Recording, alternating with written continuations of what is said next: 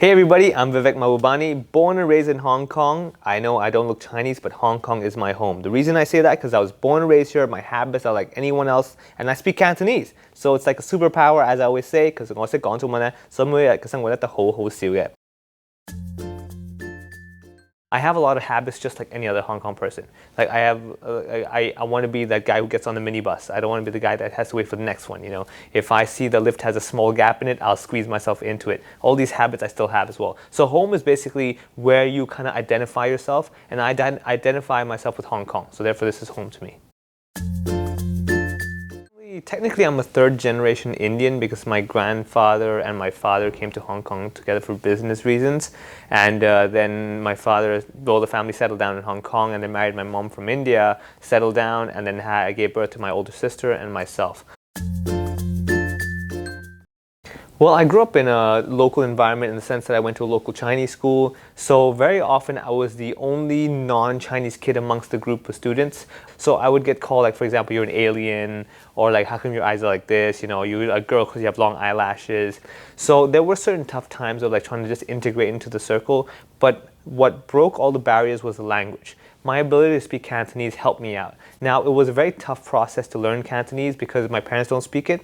So I had to go through a lot of struggles, for example, tutorial classes, tutors, classes after school, stuff like that. But over time, I was able to communicate in Cantonese, and pretty much all the barriers I had with people misunderstanding me would break down.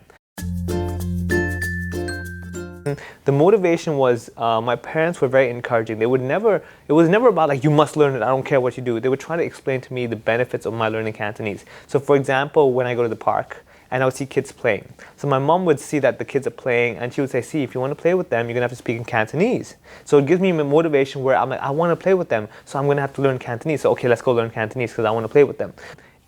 There were many times where I hated it because it was such a tough language. Like for example, when I used to go to tutorial classes after school, every day I would come home and I'd just be miserable thinking, oh my God, all my friends are playing basketball, watching TV. I gotta go sit in a room and practice Chinese. It's ridiculous, you know. Like if I wouldn't go through this struggle now, the future will be much dimmer for me, you know. So it was half motivation from them, half motivation from the reality that I can speak Cantonese, therefore my life gets better.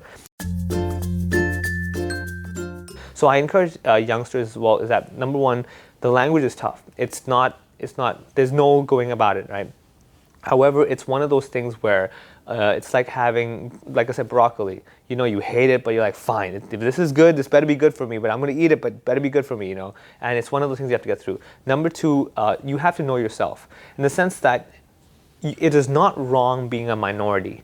The term ethnic minority does not mean weak, it just means small in numbers. But being small in number does not mean you are weaker than anyone else.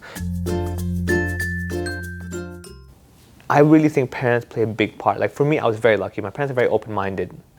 To have an Indian family who's going to willingly accept you as a comedian is a big deal already. Like what do they tell people? Oh, your son's a doctor. Oh, your son's a lawyer. Oh, my son's a joker. It's like, it's not exactly a very easy thing to do. So parents really play a big part, and I highly encourage a lot of parents. I know you know a lot. I know your world is good in your eyes, but you must realize the world keeps evolving. Allow your kid to evolve. Allow them to see more than what you think they should see. Not to say that just let them freely run around, but the point is like, why not share? They're exploring, you explore, let's all explore together. Because, for example, the parent that says, oh, don't go on Facebook, don't go on the internet's full of rubbish, you know, is going to really limit their child for the rest of their lives. Imagine a kid today who's in Hong Kong who's not allowed to get on the internet will lose out a lot of information. Of course, you might say you're protecting them, but there's a lot of good stuff as well that they're losing out. So parents need to evolve along with their child.